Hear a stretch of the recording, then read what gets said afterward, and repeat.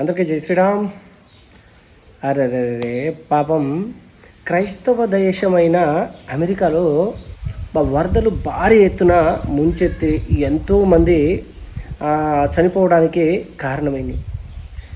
భారతదేశంలో ఏ వరద విపత్తు వచ్చినా లేకపోతే ఏ సునామీ వచ్చినా ఎలాంటి ఆపదలు ఎదురైనా అరే భారతదేశంలో హిందువులకు ఈ విధంగా జరిగిందే, మరి వాళ్ళ దేవుడు వాళ్ళని కరుణించలేదా అని చెప్పి మాట్లాడే సన్నాసులు.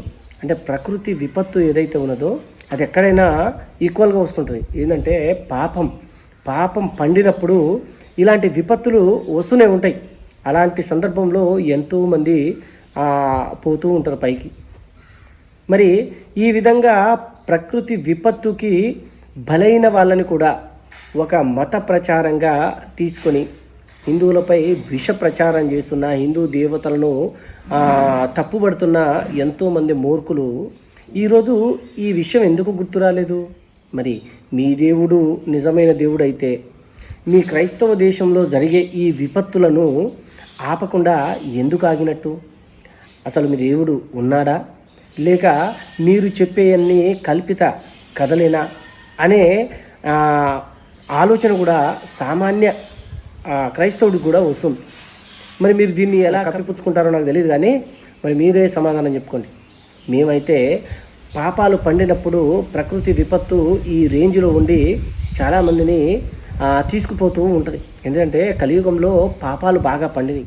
అబద్ధాన్ని నిజంగాను, నిజాన్ని అబద్ధంగాను చిత్రీకరించే తుపేరుగాళ్ళు, సోంబేర్లు చాలామంది పెరిగిపోయారు. అందుకనే భూమి భారాన్ని మోయలేక అలాంటి పాపులను పైకి తీసుకుపోతూ ఉంది అని మేము నమ్ముతాం.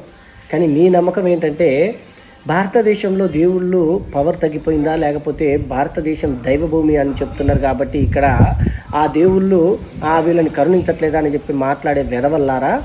మీ అమెరికాలో, మీ క్రైస్తవ దేశం అత్యంత ధనిక దేశం అని చెప్పబడే అమెరికాలో కూడా బీభత్సమైన వరదలు వచ్చి అక్కడ సునామీలు వచ్చి ఎంతోమంది పోతున్నారు పరలోకానికి.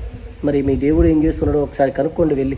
ఎందుకంటే మీ దేవుడు మీతో మాట్లాడుతారు కదా, పోయి కనుక్కొని సామాన్య విశ్వాసులకి ఏం చెబుతారో చెప్పండి. అర్థమైందిగా? ఈ వీడియో వాళ్ళకు చేరే వరకు షేర్ చేసి తప్పకుండా సబ్స్క్రైబ్ చేయడం మాత్రం మర్చిపోకండి. జై శ్రీరామ్. భారత్ మాతాకి జై.